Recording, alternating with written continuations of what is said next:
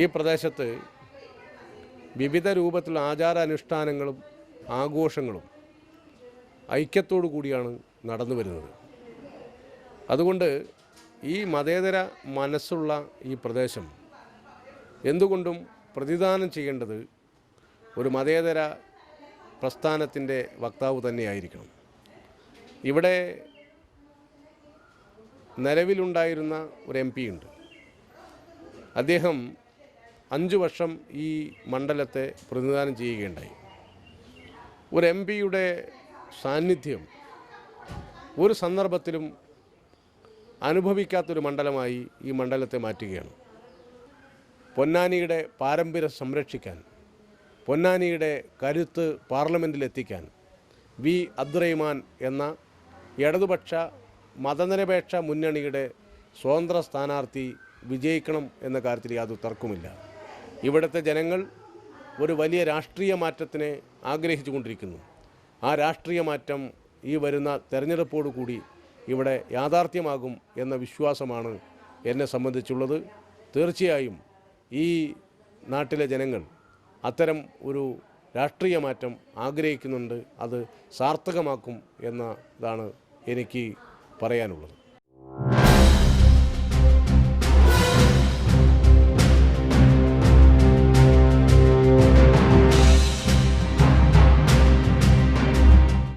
April 10 നടക്കുന്ന തെരഞ്ഞെടുപ്പിൽ വലിയ ഭൂരിപക്ഷത്തോടുകൂടി ജയിക്കേണ്ട സാഹചര്യമാണ് രൂപപ്പെട്ടു വരുന്നത്. പൊന്നാനിയിൽ ഇടതുപക്ഷ ജനാധിപത്യ മുന്നണി ജയിക്കണം എന്നുള്ള സാഹചര്യം കഴിഞ്ഞ 40 വർഷത്തിലധികമായി ഈ പാർലമെൻറ്റ് മണ്ഡലത്തിൻ്റെ വികസന പ്രവർത്തനത്തിനാവശ്യമായ ഒരു പ്രവർത്തനവും നിലവിലുള്ള MP-മാർ നടപ്പിലാക്കിയിട്ടില്ല. മുസ്ലിം ജനവിഭാഗങ്ങളായ ഇന്ത്യയിലെ ന്യൂനപക്ഷ വിഭാഗങ്ങൾ തിങ്ങിപ്പാർക്കുന്ന ഈ പ്രദേശം കേരളത്തിലെയും ഇന്ത്യയിലെയും മറ്റു മണ്ഡലങ്ങളിൽ നിന്നും വളരെ പുറകിലാണ് നിലവിലുള്ളത്.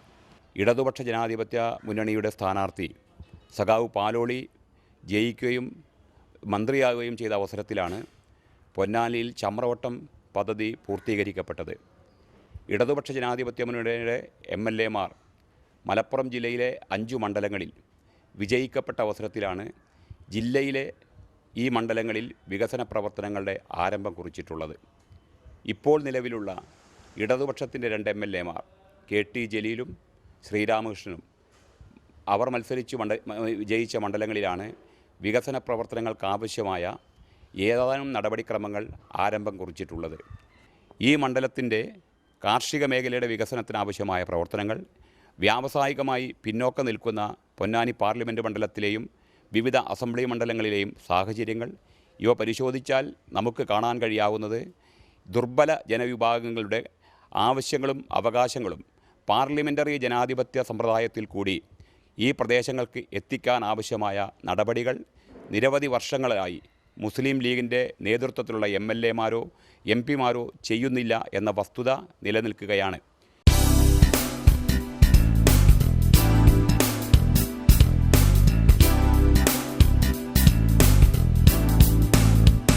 പൊന്നാനി എന്ന് പറഞ്ഞാൽ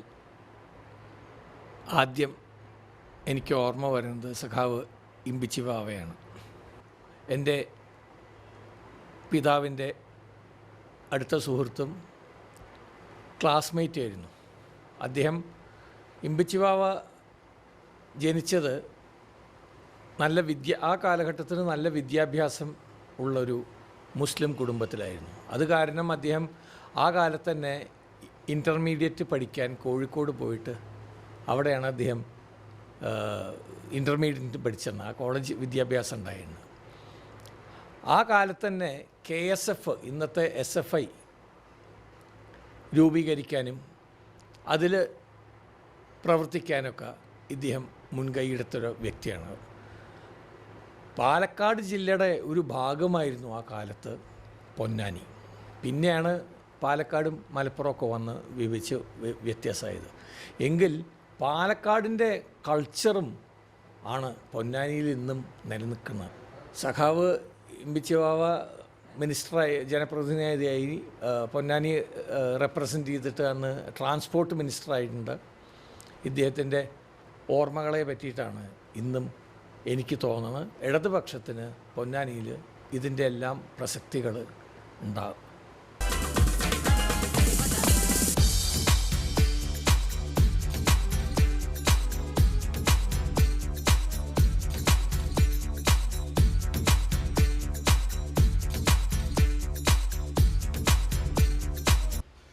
സമൂഹത്തിന് വേണ്ടതായിട്ടുള്ള ഗുണങ്ങൾ കിട്ടുന്നില്ല എന്നതാണ് എൻ്റെ അഭിപ്രായം. കാരണം എന്താണെന്ന് വിചാരിച്ചാൽ നമ്മുടെ കാർഷിക മേഖലയാണ് നമ്മുടെ കേരളം. അപ്പോൾ കേരളത്തെ സംബന്ധിച്ച് കാർഷികമായിട്ടുള്ള പ്രവർത്തനങ്ങളും അതിൻ്റേതായിട്ടുള്ള പുരോഗതിയും കാർഷിക വിളവുകൾക്ക് വേണ്ട മുൻഗണനയും നല്ല വിളവ് കിട്ടാനും മറ്റുള്ള മുൻഗണനയും മറ്റേ വ്യാവസായികമായിട്ടുള്ളത് വന്നാൽ മാത്രമാണ് സമൂഹത്തിന് കാര്യമായിട്ട് ഗുണം ലഭിക്കുകയുള്ളൂ. പക്ഷെ അതൊന്നും ഇത്രയും കാലമായിട്ട് ഈ കാർഷിക വിളകൾക്ക് വേണ്ട ആനുകൂല്യങ്ങളോ അത് കൂടുതലായിട്ട് ഉണ്ടാക്കുവാനുള്ള സാഹചര്യങ്ങളോ ഇന്നത്തെ ഭരണ കക്ഷികൾക്ക് സാധിച്ചിട്ടില്ല. വാസ്തവം പറയുകയാണെന്ന് ഗാന്ധിജിയുടെ മരണശേഷം ഗാന്ധിജിയുടെ പേര് പറഞ്ഞിട്ട് ഹിംസയാണ് ഇവിടെ മുഴുവൻ നടക്കുന്ന. അഹിംസ എന്നുള്ള തത്വത്തിൽ നിന്ന് വളരെയധികം വ്യതിചലിച്ചിട്ട് വാസ്തവത്തിൽ ഒരു അരാജകത്വം വാസ്തവത്തിൽ സൃഷ്ടിക്കുകയാണ് ഇന്നത്തെ ഭരണകൂടത്തിന് കഴിഞ്ഞിട്ടുള്ളത്. അതുമാത്രമല്ല, ഇന്ന് വാസ്തവത്തിൽ നമുക്കൊക്കെ ഇന്ന് നടക്കാൻ തന്നെ നമ്മുടെ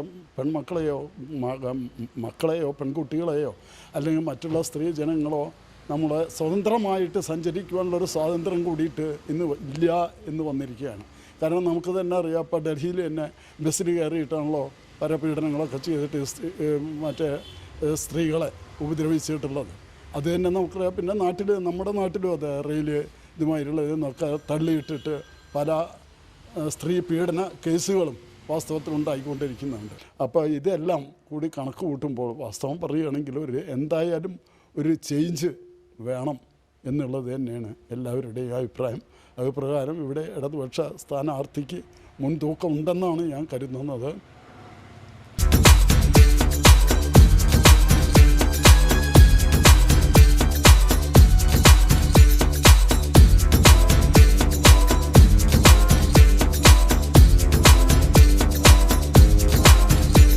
പേരിനൊരു ലീഗ് എന്ന് പറയാം. കാരണം ഇപ്പം മുസ്ലിം സമുദായത്തിൽപ്പെട്ട ആളുകൾ തന്നെ പറയും ലീഗ് വന്നു കഴിഞ്ഞാൽ, അല്ലെങ്കിൽ ലീഗിൻ്റെ ആളുകളാണെങ്കിൽ നമുക്ക് ഏറ്റവും ഗുണം ചെയ്യുമെന്ന്.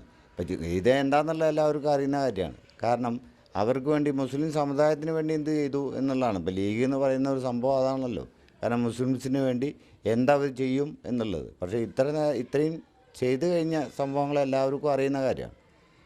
ഇനിയും അത് തന്നെ ആവർത്തിക്കണമെന്ന് വെച്ചാൽ അത് സംഭവിക്കുമെന്ന് എനിക്ക് തോന്നുന്നില്ല. കാരണം നമ്മൾ കണ്ടുവരുന്ന സംഭവം തന്നെ ഇപ്പോഴത്തെ ഈ കാലയളവിലുണ്ടായ എല്ലാ സംഭവങ്ങളും നമുക്കറിയാവുന്നതാണ്. ഇപ്പം നിങ്ങൾക്കറിയാം, കാരണം ഞങ്ങളെ ഈ സിനിമാ മാധ്യമത്തിൽ തന്നെ ഒരുപാട് ആൾ, ഇതിൻ്റെ മുന്നേ ഒരാൾ വന്നിരുന്നു, ഗണേഷ് വന്നിരുന്നു. അദ്ദേഹം പകുതി വെച്ച് നിർത്തി അവസാനിപ്പിച്ച് പോയി. കാരണം അതിൻ്റെ പ്രശ്നങ്ങൾ തന്നെ അറിയാം. എന്തുകൊണ്ട് ഒരു മന്ത്രി, ഇപ്പം ഞങ്ങളെ സംബന്ധിച്ചിടത്തോളം ഇപ്പം ഞങ്ങളെ അമ്മ എന്ന് പറഞ്ഞ ഒരു സംഘടന, അതിന് എല്ലാവർക്കും ഒരു പ്രതീക്ഷ ഉണ്ടായിരുന്നു ഈ ഗണേഷിനെ കുറിച്ച്. ഗണേഷ് വന്നപ്പോൾ ആ പ്രതീക്ഷ മൊത്തം ഇല്ലാതാവുകയത്. ഇനിയിപ്പോൾ അതിന് വേണ്ടിയിട്ട് തന്നെ ഞങ്ങൾ ഒന്നും കൂടി പരിശ്രമിക്കുന്നുണ്ട്. കാരണം ഞങ്ങളുടെ ഈ സംഘടനയിൽപ്പെട്ട തന്നെ അമ്മ എന്ന് പറഞ്ഞ ഈ സംഘടനയിൽപ്പെട്ട ഞങ്ങളുടെ ഒരു സഹപ്രവർത്തകൻ തന്നെ ഇപ്പോൾ ഇലക്ഷൻ നിൽക്കുന്നുണ്ട്. അദ്ദേഹത്തിന് ജയിച്ചു വന്നു കഴിഞ്ഞാൽ എന്തെങ്കിലുമൊക്കെ ചെയ്യാൻ കഴിയും എന്നുള്ളൊരു വിശ്വാസം ഞങ്ങളുടെ കയ്യിലുണ്ട്.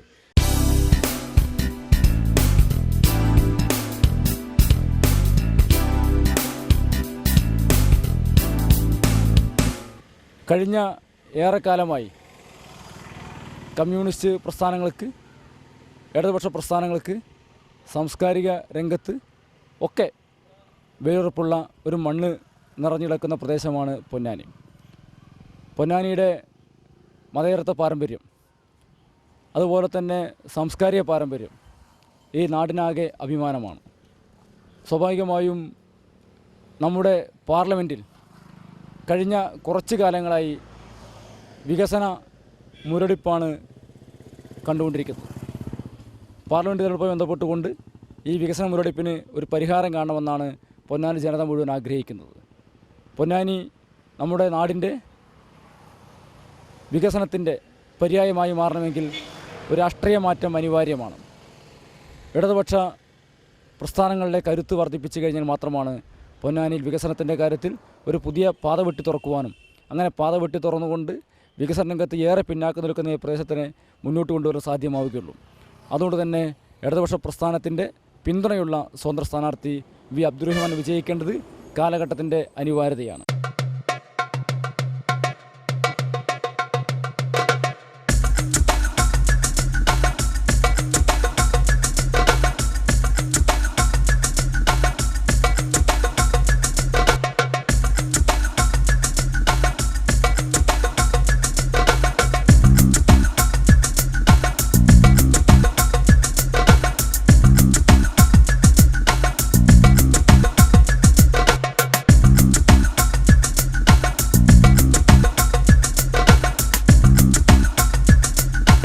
സാമൂഹ്യ മാറ്റത്തെക്കുറിച്ച് വിശുദ്ധ ഖുർആനിലെ ഒരു വചനം വളരെ പ്രസക്തമാണെന്ന് എനിക്ക് തോന്നുന്നു. ലാ യുഗയ്യിർ മാബി ഖൗമിൻ ഹത്താ യുഗയ്യിർ മാബി അംഫുസിഹിം. ഒരു സമൂഹത്തെയും ഒരു ജനതയെയും ദൈവം മാറ്റുകയില്ല അവർ സ്വയം മാറാൻ സന്നദ്ധമാകുന്നതുവരെ. നമ്മളാണ് നമ്മളുടെ വിധിയെ മാറ്റിമറിക്കേണ്ടത്. നമ്മളാണ് നമ്മളുടെ നാളെ എങ്ങനെ ആകണമെന്ന് തീരുമാനിക്കേണ്ടത്. പരിവർത്തനത്തിൻ്റെ മാറ്റത്തിൻ്റെ കൈത്തിരി ആദ്യം കത്തിച്ചു വെക്കേണ്ടത് നമ്മൾ ഓരോരുത്തരും നമ്മളുടെ മനസ്സിലാണ്. ആ മനസ്സിൽ കത്തിച്ചു വെക്കുന്ന കൈത്തിരിയാണ് പിന്നീട് സാമൂഹ്യ മാറ്റത്തിൻ്റെ നിദാനമായിട്ട് മാറുന്നത്. ഈ തെരഞ്ഞെടുപ്പിൽ ഒരു പുതിയ രാഷ്ട്രീയ സംസ്കാരത്തിൻ്റെ സമാരംഭം പ്രഖ്യാപിച്ചുകൊണ്ട് ഇടതുപക്ഷ ജനാധിപത്യ മുന്നണിയുടെ സ്ഥാനാർത്ഥിയായി പൊന്നാനി പാർലമെൻറ്റ് മണ്ഡലത്തിൽ മത്സരിക്കുന്ന ശ്രീ വി അബ്ദുറഹിമാന് അദ്ദേഹത്തിൻ്റെ തെരഞ്ഞെടുപ്പ് ചിഹ്നമായിട്ടുള്ള കപ്പും സോസറും അടയാളത്തിൽ ജനങ്ങൾ വോട്ട് രേഖപ്പെടുത്തും എന്നുള്ള ആത്മവിശ്വാസം ഞങ്ങൾക്കുണ്ട്. ജനങ്ങളിൽ നിന്ന് കിട്ടുന്ന ഒരു ഫീഡ്ബാക്ക് എന്താണെന്ന് വെച്ചാൽ ഒരു മാറ്റം വേണമെന്ന് എല്ലാവരും പറയുന്നു. പക്ഷേ അതേപോലെ തന്നെ അവർ പോസിറ്റീവായി വളരെ പോസിറ്റീവായി റെസ്പോൺസ് ചെയ്യുന്നു. അതുകൊണ്ട് തന്നെ വിജയം വളരെ അടുത്താണെന്ന് തന്നെ വിശ്വസിക്കുന്നത്. എന്തായാലും പൊന്നാനി മണ്ഡലത്തിൽ 40 വർഷത്തിന് ശേഷം ഇടതുപക്ഷ ജനാധിപത്യ മുന്നണിയുടെ വിജയം ഉറപ്പാക്കും, ഒരു സംശയമില്ല. മണ്ഡലത്തിലെ അടിസ്ഥാന വർഗം മുതൽ എല്ലാവരും ഇത്തരം അവരുടെ മനസ്സിലുള്ളൊരു സംഭവം ഇതാണ്. കാരണം സാധാരണക്കാരന് അപ്രാപ്യമാണ് എം പിയുടെ ഒരു സാമീപ്യം. ഒരു എം പിയുടെ ഒരു ഫീലിംഗ് ഇല്ല ഈ മണ്ഡലത്തിൽ. എം പിയെ കണ്ടവരന്നെ കുറവാണ്. പഴയ എം പിമാരെ കണ്ടവരെന്ന് അറിയില്ല എം പി എങ്ങനെ പ്രവർത്തിക്കേണ്ടത്, എം പി എന്താവും അയാളുടെ പ്രവർത്തനം, അതൊന്നും അറിയാത്ത കുറേ ആൾക്കാരാണ്. കാരണം അവർ എം പിയെ കണ്ടിട്ടില്ല, എം പിയുമായി ബന്ധപ്പെട്ടില്ല. ഏകദേശം ഒരു പാർട്ടി പ്രവർത്തകർ മാത്രമേ എം പിയോടുള്ള ബന്ധമുള്ളൂ. അതെല്ലാം വലിയ അമർഷം ഉണ്ടാക്കിയിട്ടുണ്ട്.